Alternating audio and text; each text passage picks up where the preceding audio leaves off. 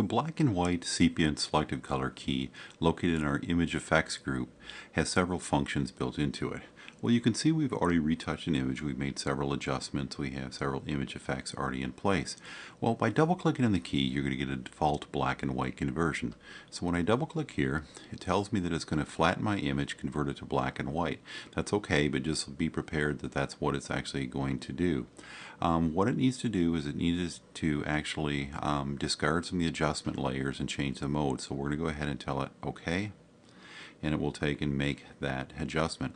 It's a nice black and white conversion. It's not just to saturate, but actually we convert it to lab mode, drop the A and B channels, and render out the lightness channel to be able to create the black and white.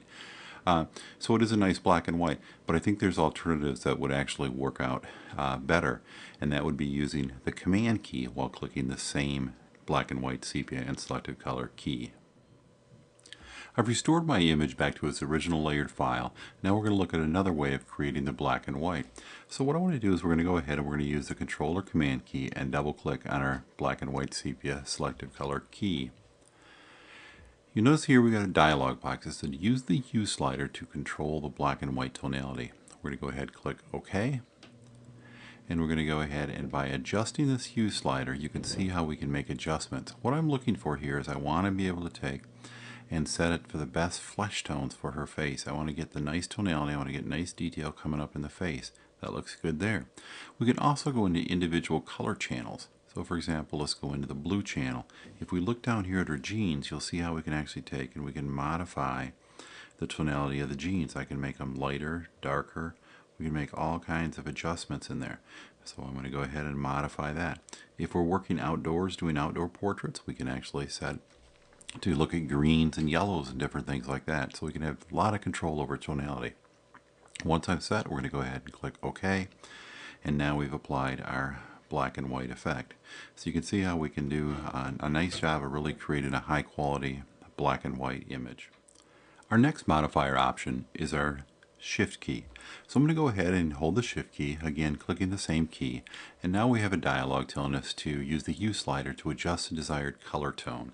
If you look, we've applied a sepia tone tonality to the image, and by adjusting this hue slider you can make finite adjustments. You could actually adjust it to whatever color tone you want, but we have it set as a default to go into a sepia tone, so you can make finite adjustments. If the sepia is a little bright, we can go ahead and we can just bring the saturation down just a little bit.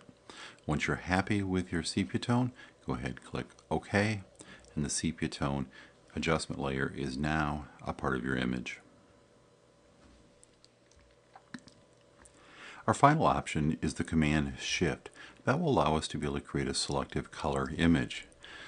We're going to start out by adjusting our black and white exactly like we did in the command function. Once we've set our black and white to the way that we want it, we can go ahead and click OK. I'm just going to lighten up these jeans a little bit here. There we go. And we'll go ahead and click OK. Well, now it comes up with another dialog telling us that we actually have a mask so we can paint selective color. Let's go ahead and zoom in on her jeans here. And now what we can do is we have a brush. So with this brush we can actually go in here and we can start painting. We can adjust the size of the brush here to be able to get some larger coverage there.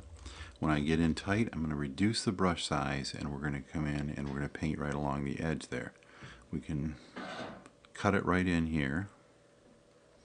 And I'm going to come over here, we can work around the fingers, come along this edge. Now if you look there, you can see we're actually picking up some of the red in our background, which we don't want. And so we're going to go ahead and we'll make adjustments on that in just a couple moments. Well, now since I have a layer mask, all I have to do is hit my X key, that flips my foreground and background colors, and I can come right along this edge and I can clean up the red that's showing there.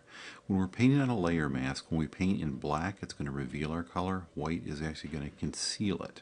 So we can make those finite adjustments there.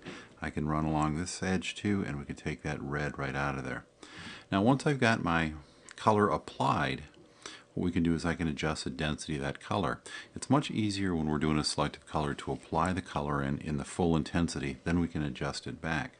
Because we've got a layer mask, we can go in and use our levels. So I can do a Control or Command L while I'm on the layer mask there. And by adjusting this output level, we can dial it down. You'll notice that the intensity of the blue in her jeans starts diminishing.